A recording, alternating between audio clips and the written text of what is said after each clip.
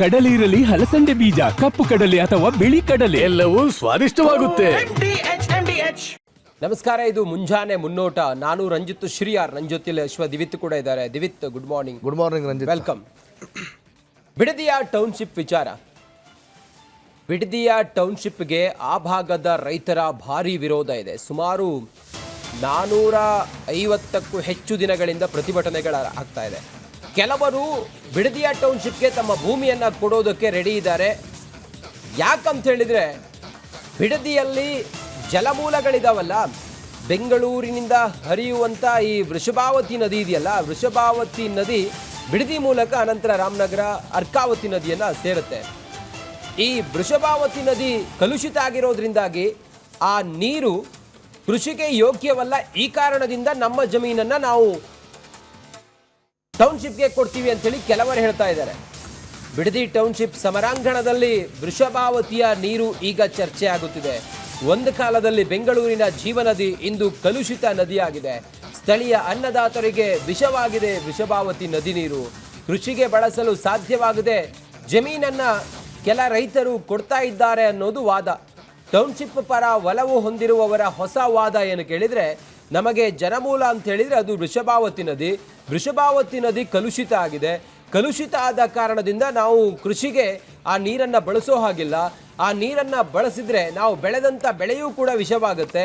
ಈ ಕಾರಣ ಈ ನೀರನ್ನು ಬಳಸಿಕೊಂಡು ಬೆಳೆದಂಥ ಬೆಳೆ ಕ್ಯಾನ್ಸರ್ ಮತ್ತೊಂದು ರೋಗ ರುಜಿನಗಳಿಗೆ ಕಾರಣ ಆಗುತ್ತೆ. ಹಾಗಾಗಿ ಈ ನೀರು ಕೃಷಿಗೆ ಯೋಗ್ಯವಲ್ಲ. ಹಾಗಾಗಿ ಈ ಭೂಮಿಯನ್ನು ಕೂಡ ನಾವು ಟೌನ್ಶಿಪ್ಗೆ ಕೊಡ್ತಾ ಇದ್ದೀವಿ ಅನ್ನೋದು ಟೌನ್ಶಿಪ್ ಪರವಾಗಿ ಕೆಲವರು ಇದ್ದಾರೆ ಅಂತೇಳಿ ಹೇಳ್ತಾ ಇದ್ದಾರಲ್ಲ. ಸರ್ಕಾರ ಹೇಳೋ ಹಾಗೆ 80% ಜನ ಟೌನ್ಶಿಪ್ ಪರವಾಗಿ ಇದ್ದಾರೆ ಅನ್ನುವಂಥ ವಿಚಾರ ಇದೆಯಲ್ಲ, ಮಾಹಿತಿ ಇದೆಯಲ್ಲ, ಅವರ ಹಿನ್ನೆಲೆ ಏನು ಕೇಳಿದರೆ, ಅಥವಾ ಈ ಟೌನ್ಶಿಪ್ಗೆ ಭೂಮಿ ಕೊಡೋದಕ್ಕೆ ಕಾರಣ ಏನು ಕೇಳಿದರೆ ಇದೇ ಕಾರಣ ಅನ್ನೋದು. ವೃಷಭಾವತಿ ನೀರು ಶುದ್ಧೀಕರಣದ ಭರವಸೆಯನ್ನು ಸರ್ಕಾರ ಕೊಡ್ತಾ ಇದೆ. ಅಶುದ್ಧ ನೀರನ್ನೇ ಟೌನ್ಶಿಪ್ಗೆ ಹಾಗಾದರೆ ಸರ್ಕಾರ ಹರಿಸುತ್ತಾ? ಟೌನ್ಶಿಪ್ಗೆ ಶುದ್ಧೀಕರಿಸಿದ ನೀರು ಕೊಡೋದಾದರೆ ರೈತರ ಜಮೀನಿಗೆ ಶುದ್ಧ ನೀರು ಕೊಡಲು ಯಾಕೆ ಸಾಧ್ಯ ಇಲ್ಲ? ಈಗ 80% ಜನ, ದಿವಿತ್, ಏನು ಸರ್ಕಾರ ನಂಬರ್ಸ್ ಕೊಡ್ತಾ ಇದೆ, 80% ಜನ ಟೌನ್ಶಿಪ್ ಪರವಾಗಿದ್ದಾರೆ. ಕಾರಣ ಏನು ಕೇಳಿದ್ರೆ, ಅಲ್ಲಿ ನೀರು ವೃಷಭಾವತಿ ನದಿ ನೀರು ಬಿಡದಿಗೆ ಮೂಲಕ ಹೋಗುತ್ತಲ್ಲ, ಅರ್ಕಾವತಿ ಸೇರುತ್ತಲ್ಲ, ಆ ಕಲುಷಿತ ನೀರಿನಿಂದ ಕೃಷಿಗೆ ಯೋಗ್ಯವಿಲ್ಲ ಅಂತೇಳಿ ಸರ್ಕಾರ ಈಗ ಆ ಕಲುಷಿತ ವೃಷಭಾವತಿಯ ನೀರನ್ನ ಶುದ್ಧೀಕರಣ ಮಾಡಿ ರೈತರಿಗೆ ಕೊಟ್ರೆ ರೈತರ ಬೆಳೆ ಇನ್ನೂ ಹಸನಾಗಿ ಬೆಳಿಲಿಕ್ಕೆ ಸಾಧ್ಯ ಇದೆ. ಖಂಡಿತವಾಗಿ. ಯಾಕೆ ಸಾಧ್ಯ ಇಲ್ಲ? ರಿಪಬ್ಲಿಕ್ ಕನ್ನಡ ಒಂದು ರಿಯಾಲಿಟಿ ಚೆಕ್ ಮಾಡ್ತಾ ಇದೆ. ವೃಷಭಾವತಿಯ ಒಡಲು ಎಷ್ಟು ಮಲಿನ ಆಗಿದೆ, ಅಲ್ಲಿ ಎಷ್ಟು ವೃಷಭಾವತಿಯ ತಟದಲ್ಲಿ, ಬಿಡದಿಯ ಸಮೀಪದಲ್ಲಿ ಎಷ್ಟು ಮರ ಗಿಡಗಳು ಬೆಳೆದಿದ್ದಾವೆ, ಎಷ್ಟು ತೋಟ ಇದೆ, ಏನು ಎತ್ತ ಅನ್ನೋದ್ರ ಬಗ್ಗೆ ಡಿಟೇಲ್ ಮಾಹಿತಿಯನ್ನು ರಿಪಬ್ಲಿಕ್ ಕನ್ನಡ ನಿಮ್ಮ ಮುಂದೆ ಕೊಡುತ್ತದೆ. ನೋಡಿ, 1950ರವರೆಗೆ ಈ ನಮ್ಮ ವೃಷಭಾವತಿ ನದಿ ಇದೆಯಲ್ಲ, ಇದು ಬೆಂಗಳೂರಿನ ಭಾಳ ಉತ್ತಮವಾದ ಮತ್ತು ಭಾಳ ಸ್ವಚ್ಛದಿಂದ ಇದ್ದಂಥ ನದಿ. 1950ರವರೆಗೂ ಈ ಒಂದು ನದಿ ಭಾಳ ಶುದ್ಧವಾಗಿತ್ತು ಅಂತ ಹೇಳಿ ಇಲ್ಲಿನ ಪರಿಸರ ತಜ್ಞರು, ಒಂದಷ್ಟು ತಜ್ಞರೆಲ್ಲರೂ ಕೂಡ ಹೇಳ್ತಾ ಇದ್ದಾರೆ.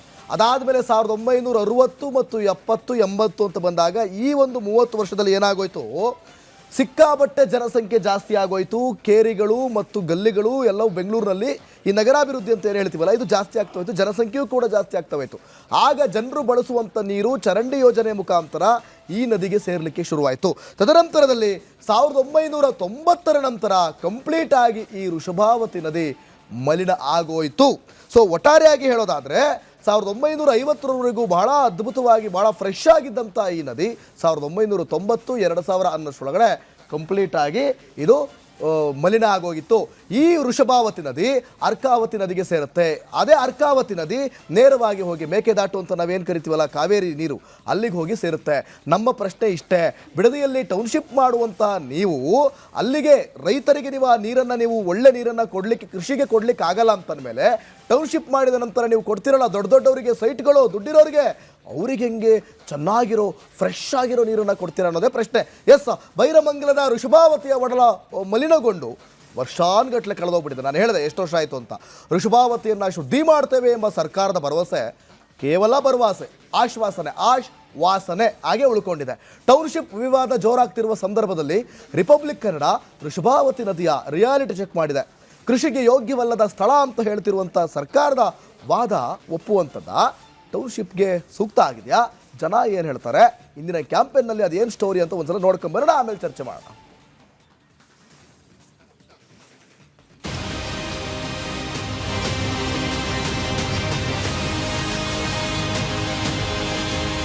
ಹಾಕಿದ್ರೆ ಕಾಸು ಎತ್ಕೊಳ್ಳೇವಿ ಕಾಣೋದು. ರೈತರು ಫಸ್ಟ್ ಸ್ಟೇಕ್ ಹೋಲ್ಡರ್. ಆದ್ರೆ ಎಲ್ಲೋ ಕೆಲವರು ಮಾತ್ರ ವಿರೋಧ ವ್ಯಕ್ತಪಡಿಸ್ತಾ ಇದ್ದಾರೆ. ರೋಗರುಜಿನಗಳು ಜಾಸ್ತಿ ಆಯ್ತವೆ. ಜೆಡಿಎಸ್ ಅವರಲ್ಲಿ ರಾಜಕೀಯ ಮಾಡುವಂತ ಪ್ರಯತ್ನ ಮಾಡ್ತಾರೆ.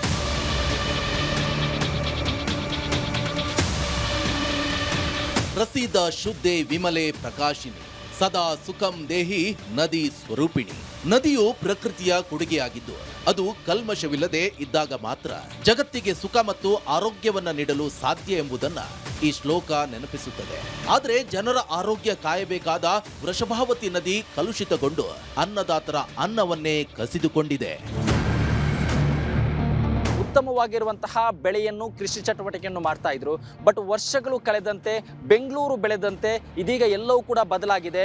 ವೃಷಭಾವತಿ ಕೆರೆಯ ಒಡಲು ಕೂಡ ಹಿಂದಿನಷ್ಟು ಪರಿಶುದ್ಧತೆಯಾಗಿಲ್ಲ. ಹಿಂದಿನಷ್ಟು ಪರಿಶುದ್ಧತೆ ಆಗಿಲ್ಲ ಅನ್ನೋದಕ್ಕಿಂತ ಕೆರೆಯ ಒಡಲು ಏನಿದೆ ಇದೀಗ ವಿಷವಾಗಿ ಬದಲಾಗ್ತಾ ಇದೆ. ನೀರಿನ ಕಲರೆ ಯಾವ ರೀತಿಯಾಗಿದೆ ಅಂತ ಸಂಪೂರ್ಣವಾಗಿ ಈ ಒಂದು ನೀರಿನ ಕಲರಿನ ಕಪ್ಪು ಬಣ್ಣಕ್ಕೆ ತಿರುಗಿದೆ. ಜೊತೆಗೆ ಇಲ್ಲಿ ಹರಿತಾ ಇರೋದು ಇದು ಆಲ್ನೊರೆ ಅಲ್ಲ, ಇದು ವಿಷದ ನೊರೆ. ಬಹಳ ವರ್ಷಗಳ ಹಿಂದೆ ಇದೇ ಕೆರೆಯ ನೀರಿನಿಂದ ರೈತರು ಕಬ್ಬನ್ನ ಬೆಳೀತಾ ಇದ್ರು. ಕೆರೆಯಲ್ಲಿ ಒಂದು ಕಾಯಿನ್ ಹಾಕಿದ್ರೂ ಕಾಣಿಸುವಷ್ಟು ಈ ಹಿಂದೆ ಪರಿಶುದ್ಧವಾಗಿತ್ತು. ಆದ್ರೆ ಇಂದು ಕಪ್ಪು ಬಣ್ಣಕ್ಕೆ ನೀರು ಬದಲಾಗಿದೆ. ಕೆಟ್ಟ ದುರ್ವಾಸನೆ ಬರ್ತಿದೆ. ಇಡೀ ನೀರು ಸಂಪೂರ್ಣವಾಗಿ ಕಲುಷಿತವಾಗಿದ್ದು ಈ ಭಾಗದ ಜನರು ಆಕ್ರೋಶ ಹೊರಹಾಕ್ತಿದ್ದಾರೆ. ಕುಡಿಯೋಕೆ ಅಂದ್ರೆ ನಾವು ಸ್ನಾನ ಮಾಡವಿ 55-60 ವರ್ಷದ ಹಿಂದೆ ಕಾಸು ಹಾಕಿದ್ರೆ ಕಾಸು ಎತ್ಕೊಳ್ಳೇವಿ ಕಾಣೋದು. ಇವಾಗ ಕಾಣೋದಿಲ್ಲ, ಏನಿಲ್ಲ, ಈಗ ಗಬ್ ನೀರಾಗಿದೆ. ಮಾಡ್ತೀವಿ ಅಂತ ಮಾಡ್ತಾ ಇದ್ದಾರೆ. ಸುಮ್ಮನೆ ಬಂದ ಮುಖ್ಯಮಂತ್ರಿಗಳೆಲ್ಲನೂ ಹೇಳ್ತಾನೆ, ಆಶ್ವಾಸನೆ ಕೊಡ್ತಾನೆ ಅವರೇ, ಯಾರು ಏನು ಮಾಡ್ತಾನೆ ಇಲ್ಲ. ಆದರೆ ಸದ್ಯ ಬೈರಮಂಗಲ, ಬನ್ನಿಗಿರಿ, ಹೊಸೂರು, ಕೆಂಪಯ್ಯನಪಾಳ್ಯ, ಕಂಚುಗಾರನಹಳ್ಳಿ, ಕೆಜೆ ಗೊಲ್ಲರಹಳ್ಳಿ, ಮಂಡಲಹಳ್ಳಿ, ಅರಳಾಳು, ಸಂದ್ರ ಸೇರಿದಂತೆ ಈ ಭಾಗದ ಲಕ್ಷಾಂತರ ಗಿಡ ಮರಗಳಿಗೆ ಇದೇ ನೀರು ಆಧಾರವಾಗಿದೆ. ಆದ್ರೆ ಈಗ ಈ ನೀರು ಸಹ ಕಲುಷಿತವಾಗಿದೆ, ಆತಂಕಕ್ಕೆ ಕಾರಣವಾಗಿದೆ. ಕೃಷಿಯು ಇದೇ ನೀರನ್ನ ಅವಲಂಬಿಸಿದೆ. ಹಾಗಿದ್ರೆ ಇಲ್ಲಿರುವ ಕೃಷಿ ಹೇಗಿದೆ ಅನ್ನೋದನ್ನ ನೋಡೋದಾದ್ರೆ ವೃಷಭವತಿಯ ಕೆರೆಯ ಸುತ್ತಮುತ್ತ 83,536 ಅಡಿಕೆ ಮರಗಳು, 87,903 ತೆಂಗಿನ ಮರಗಳು, 12,550 ಮಾವು, 23,434 ಸಪೋಟ ಹಾಗೂ 3,06,506 ಬಾಳೆ ಗಿಡಗಳು ಬೆಳೆಯಲಾಗ್ತಿದೆ.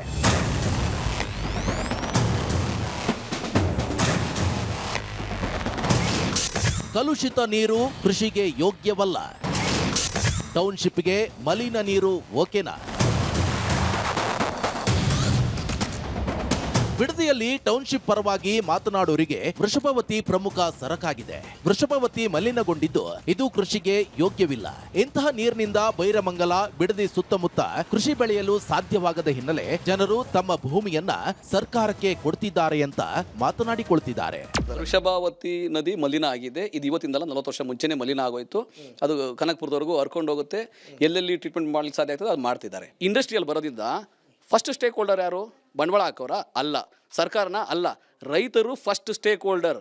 ಅವ್ರನ್ನ ವಿಶ್ವಾಸಕ್ಕೆ ಪಡೆದೇ ಈ AICTಯನ್ನು ಮಾಡ್ತಾರೆ. ಅದು ಸರ್ಕಾರದ ಬದ್ಧತೆ.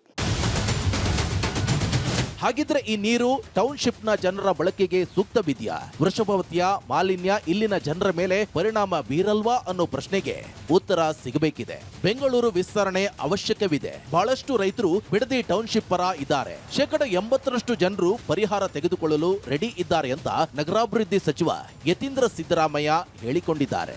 ಬೆಂಗಳೂರಿನಲ್ಲಿ ಇವತ್ತು ಜನಸಂದಣಿ ಜಾಸ್ತಿ ಆಗಿದೆ. ಎಷ್ಟೊಂದು ಜನಕ್ಕೆ ನಿವೇಶನದ ಅಗತ್ಯಗಳಿದೆ. ಸ್ಪ್ರೆಡ್ ಔಟ್ ಆಗಬೇಕು ಬೆಂಗಳೂರಲ್ಲಿರುವಂಥ ಪಾಪ್ಯುಲೇಷನ್. ಸೊ ಹಾಗಾಗಿ ಹತ್ರದಲ್ಲಿ ಬಿಡದಿ ತನಕ ಬೆಂಗಳೂರಿನ ವಿಸ್ತರಣೆ ಮಾಡಬೇಕಂತ ಅವಶ್ಯಕತೆ ಅಂತೂ ಇದೆ. ಆದ್ರೆ ಎಲ್ಲೋ ಕೆಲವರು ಮಾತ್ರ ವಿರೋಧ ವ್ಯಕ್ತಪಡಿಸ್ತಾ ಇದ್ದಾರೆ. ಅದನ್ನ ಕೆಲವ್ರ ಮಾತಿ ಕೇಳಿ ಪ್ರಾಜೆಕ್ಟ್ಗಳನ್ನ ಬಿಡೋದಕ್ಕಾಗೋದಿಲ್ಲ. JDS ಅವರಲ್ಲಿ ರಾಜಕೀಯ ಮಾಡುವಂತ ಪ್ರಯತ್ನ ಮಾಡ್ತಾರೆ. ಆದ್ರೆ ಇದಕ್ಕೆ ಅಸಮಾಧಾನ ಹೊರಹಾಕ್ತಿರುವ ರೈತರು ವೃಷಭವತಿಯ ನೀರಿನಿಂದ ಯಾರಿಗೂ ಕ್ಯಾನ್ಸರ್ ಬಂದಿಲ್ಲ. ಒಂದು ವೇಳೆ ವೃಷಭವತಿಯ ಕಾರಣಕ್ಕೆ ಕೆಲವರು ಭೂಮಿಯನ್ನ ಬಿಟ್ಟುಕೊಡಲು ಮುಂದಾಗಿರುವುದು ಹೌದಾದ್ರೆ DK ಶಿವಕುಮಾರ್ ಅವರು ವೃಷಭವತಿ ಶುದ್ಧೀಕರಣಗೊಳಿಸಿ ರೈತರಿಗೆ ಅನುಕೂಲ ಮಾಡಿಕೊಡ್ಲಿ ಎಂದಿದ್ದಾರೆ. ರೋಗ ರುಜಿನಗಳು ಜಾಸ್ತಿ ಆಯ್ತವೆ. ಆಮೇಲೆ ಸೊಳ್ಳೆಗಳು ವಿಪರೀತ, ಕಲುಷಿತ ನೀರಿನ ಸೊಳ್ಳೆಗಳು. ಇದು ಅವಾಗ ಅಂದಾಜು ಮಾಡಿದ್ರು 100 ಎಕರೆ ಅಂತ ಅಂದಾಜು ಮಾಡಿದ್ರು. ಕಲುಷಿತಗೊಂಡ ವೃಷಭಾವತಿ ಕೃಷಿಗೆ ಯೋಗ್ಯವಲ್ಲ ಎನ್ನುವುದು ಬಿಟ್ಟು ಅದನ್ನ ಶುದ್ಧೀಕರಿಸಿ ಕೆರೆಗಳಿಗೆ ಬಿಡಿ. ಇದರಿಂದ ರೈತರ ಬದುಕು ಹಸನಾಗುತ್ತದೆ. ಅದನ್ನ ಬಿಟ್ಟು ಟೌನ್ಶಿಪ್ ನಿರ್ಮಾಣಕ್ಕಾಗಿ ರೈತರ ಬದುಕನ್ನ ಕಿತ್ತುಕೊಳ್ಳುವ ಕೆಲಸ ಮಾಡಬೇಡಿ ಎನ್ನುವುದು ಬಿಡದಿ ಭಾಗದ ರೈತರ ಆಗ್ರಹ ಆಗಿದೆ. ಸತ್ತಾರ್, ರಿಪಬ್ಲಿಕ್ ಕನ್ನಡ, ಬೆಂಗಳೂರು. ಬೆಂಗಳೂರು ಬೆಳೆದ ಹಾಗೆ ನಗರೀಕರಣದ ಭರಾಟೆಯಲ್ಲಿ ಆ ಪವಿತ್ರ ವೃಷಭಾವತಿಯ ಒಡಲಿವತ್ತು ಮಲಿನವಾಗಿದೆ. ಫಾಸ್ಫರಸ್, ನೈಟ್ರೇಟ್ನಂತಹ ವಿಷಕಾರಿ ಅಂಶಗಳು ಆ ವೃಷಭಾವತಿಯ ಒಡಲಿನಲ್ಲಿ ಸೇರಿಕೊಂಡು ಇವತ್ತು ನೊರೆ, ದುರ್ವಾಸನೆ, ಮೀನುಗಳ ಮಾರಣ ಹೋಮ ಕೃಷಿಗೆ ಯೋಗ್ಯವಲ್ಲ ಅಂತ ಹೇಳಿ ಹೇಳ್ತಾ ಇದ್ದಾರೆ. ದಿವಿತ್, ಸುಮಾರು 56 ಕಿಲೋಮೀಟರ್ ವೃಷಭಾವತಿಯ ಉದ್ದ, 380ರಿಂದ 400 ಜಲಾನಯನ ಪ್ರದೇಶಗಳಲ್ಲಿ ಈ ವೃಷಭಾವತಿ ಹರಿಯುತ್ತೆ. ರಾಮನಗರ, ಬಿಡದಿ ಮೂಲಕ ಅರ್ಕಾವತಿಯನ್ನ ಸಾಗಿ ಆ ಮೂಲಕ ನೀವು ಹೇಳಿದಾಗೆ ಅರ್ಕಾವತಿಯಿಂದ ಮೇಕೆದಾಟು ಮತ್ತೊಂದು ಮಗದೊಂದು ಹೇಗೆ ಇದು ಜೋಡಣೆ ಆಗುತ್ತೆ ಅನ್ನೋದನ್ನು ತಾವು ಗಮನಿಸ್ತಾರೆ ಅಥವಾ ತಮಗೆ ಗೊತ್ತಿದೆ ವಿಚಾರ. ಸದ್ಯ ಈ ವೃಷಭಾವತಿ ನೀರು ಮಲಿನ ಆಗಿದೆ ಅನ್ನೋ ಕಾರಣಕ್ಕೋಸ್ಕರ ಬಿಡದಿಯ ಕೆಲ ರೈತರು ಟೌನ್ಶಿಪ್ಗೆ ತಮ್ಮ ಭೂಮಿಯನ್ನು ಕೊಡ್ತಾರೆ ಅನ್ನೋದಾದರೆ, ಆ ವೃಷಭಾವತಿಯನ್ನು ನೀವು STP ಪ್ಲ್ಯಾಂಟ್ಗಳ ಮೂಲಕ ಸ್ವಚ್ಛಗೊಳಿಸಿ ಅದನ್ನು ಕುಡಿಯೋದಕ್ಕೆ ಮತ್ತು ಕೃಷಿಗೆ ಯೋಗ್ಯವಾಗುವ ರೀತಿಯಲ್ಲಿ ನೀವು ಮಾಡಿದರೆ ಆ ಟೌನ್ಶಿಪ್ಗೆ ಈ ರೈತರು ಯಾಕೆ ಭೂಮಿಯನ್ನು ಕೊಡ್ತಾರೆ? ಟೌನ್ಶಿಪ್ ನೀವು ನಗರೀಕರಣ ಮಾಡಬೇಕು, ಆ ಭಾಗದಲ್ಲಿ ಇಂಡಸ್ಟ್ರಿಗಳು ಅಥವಾ ಜನವಸತಿ ಪ್ರದೇಶಗಳು ಅಥವಾ ದೊಡ್ಡ ದೊಡ್ಡ ಸಿಟಿ ನಿರ್ಮಾಣ ಮಾಡಬೇಕು, ಬೆಂಗಳೂರಿಗೆ ಪರ್ಯಾಯವಾಗಿ ನೀವು ಮಾಡಬೇಕು ಅಂತೇಳಿ ಹೊರಟಿರೋರಿಗೆ ಅದೇ ನೀರನ್ನು ಕೊಡ್ಲಿಕ್ಕೆ ಸಾಧ್ಯ ಇದೆಯಾ? ಆ ನೊರೆ, ಆ ದುರ್ವಾಸನೆ, ಆ ಸತ್ತ ಜಲಚರಗಳು, ಆ ನೀರನ್ನು ನೀವು ಕೊಡ್ಲಿಕ್ಕೆ ಸಾಧ್ಯ ಇದೆ. ನೀವು ಶುದ್ಧೀಕರಣ ಮಾಡೋದೇ ಆದರೆ ಕೃಷಿಗೆ ಕೊಡ್ಬೋದಲ್ಲ. ಮಾಡಿ ಕೊಟ್ಟರೆ ಅಲ್ಲಿ ಇನ್ನೂ ಫಸಲು ಜೊತೆಗೆ ಸಂಪನ್ನವಾಗಿ ಬೆಳೆಯುವಂಥ ಬೆಳೆ ಆ ರೈತರ ಬದುಕನ್ನು ಬೆಳಗಿಸುತ್ತೆ. ಇದು ಸಾಧ್ಯ ಇಲ್ವಾ? ಟೌನ್ಶಿಪ್ಗೆ ಕೊಡ್ಲಿಕ್ಕೆ ಸಾಧ್ಯ ಇದೆ ಅನ್ನೋದಾದರೆ ಕೃಷಿಗೆ ಯಾಕೆ ಸಾಧ್ಯ ಇಲ್ಲ? ಇನ್ನು ಟೌನ್ಶಿಪ್ ವಿರೋಧಿಸಿ ಅನ್ನದಾತರು ಹೋರಾಟಕ್ಕಿಳಿದಿದ್ದಾರೆ. ಇದರ ನಡುವೆ ಈಗ ವೃಷಭಾವತಿಯನ್ನು ಎಳೆದು ತರಲಾಗುತ್ತಿದೆ. ರೈತ ಹೋರಾಟದ ನಡುವೆ ವೃಷಭಾವತಿ ನದಿ ಶುದ್ಧೀಕರಣ ವಿಚಾರ ಬಂದಿದ್ಯಾಕೆ? ಈ ಬಗ್ಗೆ ಒಂದು ಡಿಟೇಲ್ ವರದಿ ಇಲ್ಲಿದೆ ನೋಡಿ.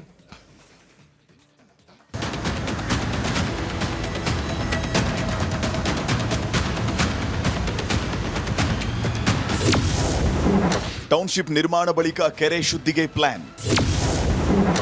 ಸರ್ಕಾರದ ನಡೆಗೆ ಬಿಡದಿ ಅನ್ನದಾತರ ಆಕ್ರೋಶ.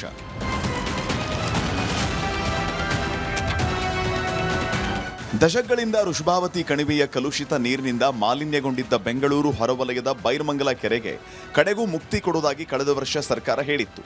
ಕೆರೆಯನ್ನ ಶುದ್ಧೀಕರಿಸಿ ಅಭಿವೃದ್ಧಿಪಡಿಸುವುದಕ್ಕೆ ರಾಜ್ಯ ಸರ್ಕಾರ ಬರೋಬ್ಬರಿ 391 ಕೋಟಿ ರೂಪಾಯಿ ಬೃಹತ್ ಯೋಜನೆಗೆ ಅನುಮೋದನೆ ನೀಡಿದೆ.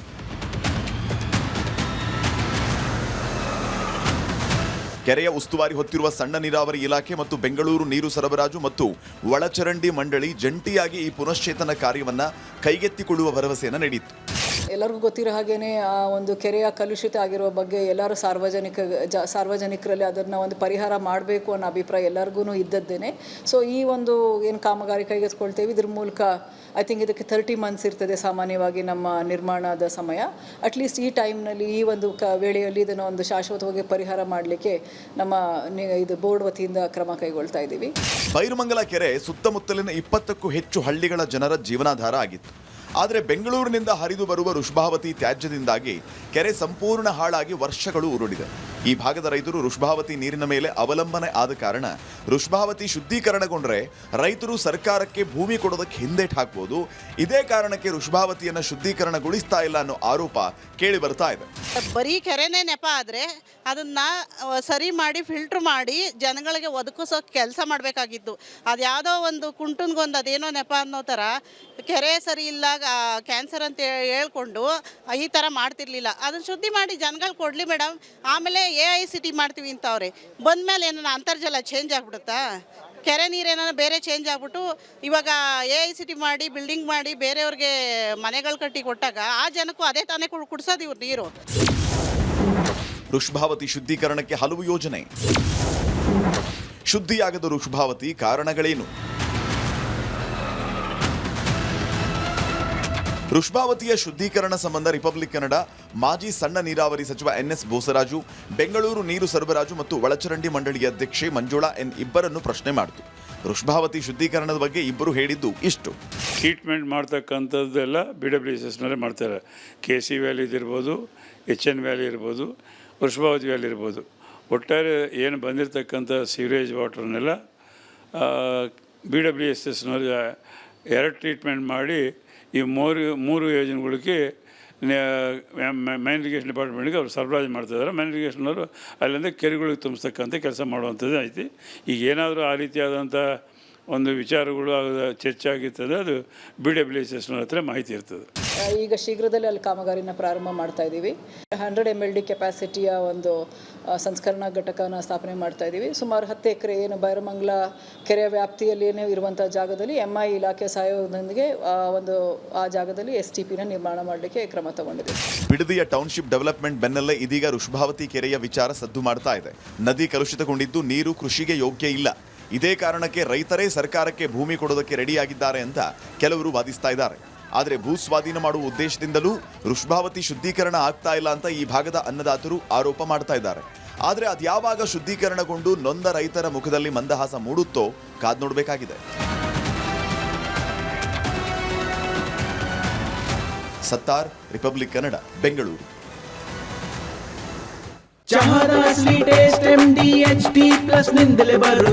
ಗಂಟು ಕಟ್ಟಿಕೋ ಲವಂಗ, ಹಸಿರು ಏಲಕ್ಕಿಯಿಂದ ತುಂಬಿದ MDH T+ ಮಸಾಲೆ. ವೀಕ್ಷಕರೇ, ಈಗ ಜನಾಭಿಪ್ರಾಯದ ಸಮಯ. ವೀಕ್ಷಕರೇ, ಜನಾಭಿಪ್ರಾಯಕ್ಕೆ ಹೋಗೋಕ್ಕಿಂತ ಮುಂಚೆ ಜನಗಳಿಗೆ ಒಂದು ಇಂಟ್ರೆಸ್ಟಿಂಗ್ ಸಂಗತಿ ಹೇಳಬೇಕಲ್ಲ. ಬೆಂಗಳೂರಿನ ವೃಷಭಾವತಿ ನದಿ ಬಗ್ಗೆ ಇಷ್ಟೆಲ್ಲ ಮಾತಾಡಿದ್ವಿ ನಾವು.